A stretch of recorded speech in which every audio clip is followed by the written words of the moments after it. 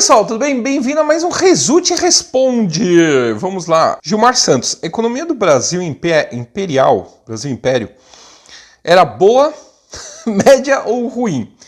Cara, boa nunca foi, né? A gente era um país... era. Com a desindustrialização do Brasil, a gente está passando a ser um país... As queimadas da Amazônia, a gente está voltando basicamente a ser um país como na época do Império, né? Totalmente agrícola, dependendo do quase monocultor, né? Basicamente soja, e na época era o café, né? O Brasil não mudou muito, mas o que acontecia nessa época? A gente dependia basicamente, exclusivamente de empréstimos da Inglaterra para sobreviver. Então era bem pobre assim a questão econômica do Brasil, que a gente vivia basicamente das safras que eram vendidas para pagar o que era os juros das dívidas, né, do que entrava no cofre do Brasil de impostos, e tudo girava em torno do café, né? Como hoje, basicamente, muita coisa gira em torno do quê? Da soja e do gado, né, da carne. Então, era muito complicado e não era o paraíso que o povo da monarquia adora pintar, é uma ilusão bem grande e que boa parte eu mostro no livro do Dom Pedro II, que está para sair em setembro, que não era todo esse paraíso não, e que o Dom Pedro II teve que ralar muito, viu, para as coisas não desandarem com a economia brasileira. Até com a própria economia que ele fazia, né? Que em 40 anos aí de trono ele nunca aumentou o que ele recebia para a manutenção dos passos e para a manutenção dele mesmo como o imperador do Brasil. Em compensação, os ministérios não tinham todo esse pudor. O Frederico Henrique quer saber se Dom Pedro II, a Rainha Vitória e a Rainha Vitória se conheceram. Sim, eles se conheceram na primeira viagem que ele fez para a Europa. Ele para na Inglaterra, conhece a Rainha Vitória, vai para Windsor.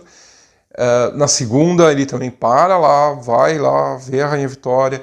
Na terceira vez que ele vai para a Europa, eles se encontram na Itália, em Nápoles, se não me engano. Eles se reencontram, acho que em Nápoles. E então eles sempre mantiveram contato. Só que assim, eu já vi algumas coisas que falam que ele foi recebido num banquete em Buckingham, e a rainha, é bobagem isso. Ele adorava falar que estava viajando como cidadão Dom Pedro de Alcântara e não como o imperador Dom Pedro II.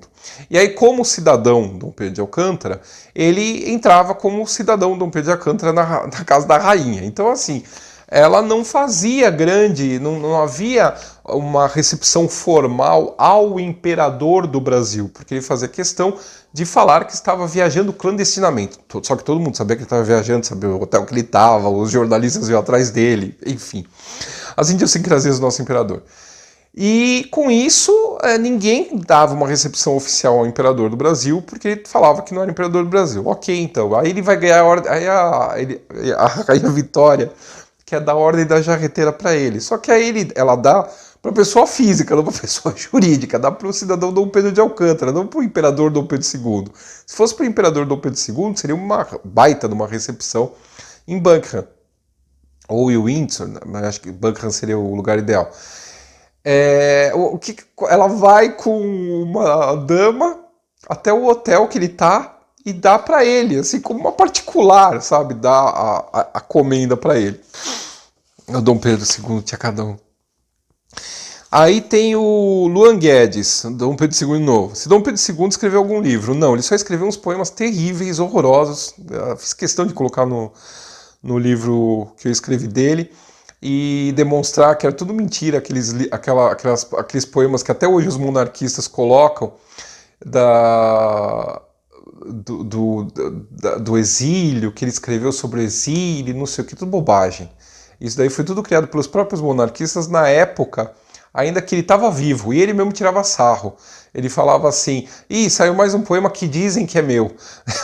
Dom Pedro II nunca foi um bom poeta, nunca.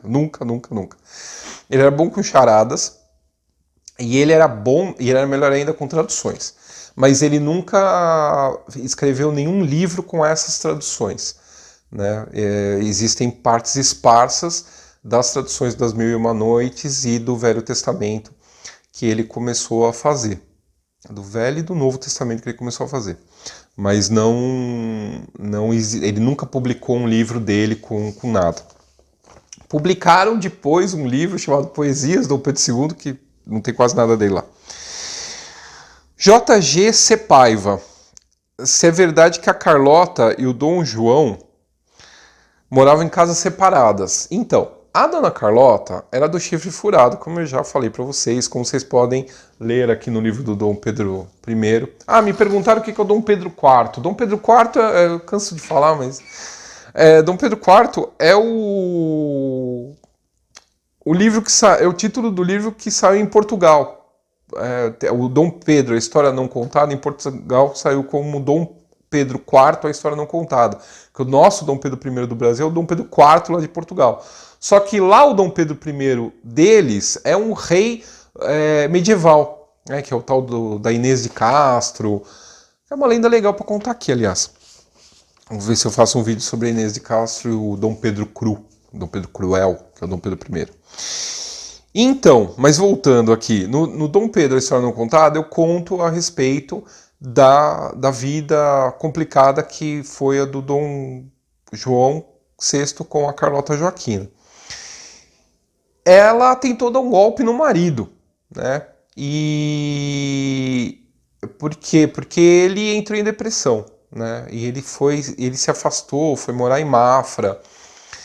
Com essa questão de ter que virar rei, ele não estava preparado para ser rei. O irmão dele morreu e ele teve que virar o príncipe rei. Ele virou o herdeiro do trono com a morte do irmão.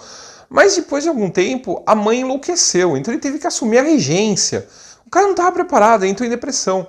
E a mulher, a da Carlota, era mais assim, ativa do que ele. Ele era meio mais pensativo do que ativo. Ela era completamente ativa. E ela era um ser político, né? Ela foi criada para ser política. Ela foi criada pelo rei da Espanha, que era o avô dela. O pai dela foi rei da Espanha, o irmão dela foi rei da Espanha. Então ela foi criada para ser uma governante. Coisa que o Dom João VI não foi talhado para isso. E aí nessa, ela tentou dar um golpe no marido e tomar dele a regência. E ser ela regente de Portugal. E a partir desse momento, houve uma crise total entre os dois e eles passaram a morar em casas separadas, né, definitivamente. Então, ela passava muito tempo no Ramalhão, na Quinta do Ramalhão, o Dom João VI ficava em Mafra e o coitado Dom Pedro com a avó doida em Queluz, no Palácio de Queluz. Então a família era totalmente, nada muito que muita família hoje em dia, né? Completamente espalhada, assim, cada um com seus afazeres. E assim, eles se juntavam quando a corte tinha que... Era dia de grande gala na corte, né? Então, aqui no Brasil também, quando a corte vem para o Brasil e se estabelece definitivamente no Rio de Janeiro, cada um no seu canto. Dom João VI vai morar lá na Quinta da Boa Vista, lá no Palácio São Cristóvão. Ela fica algum tempo no paço da cidade, depois ela se transfere para o Botafogo. Então, também depois ela vai para um engenho, enfim. Eles ficam separados aqui no Rio de Janeiro. Em Portugal, quando eles voltam, também de novo, eles ficam separados. Ela fica muito tempo aprisionada em Queluz, né? Depois ela vai para a Quinta do Ramalhão, mas ela morre, o Dom João VI morre, ela longe dele, e a família é completamente disparatada, assim, muito complicado. Tá legal? Um abraço, até o próximo vídeo.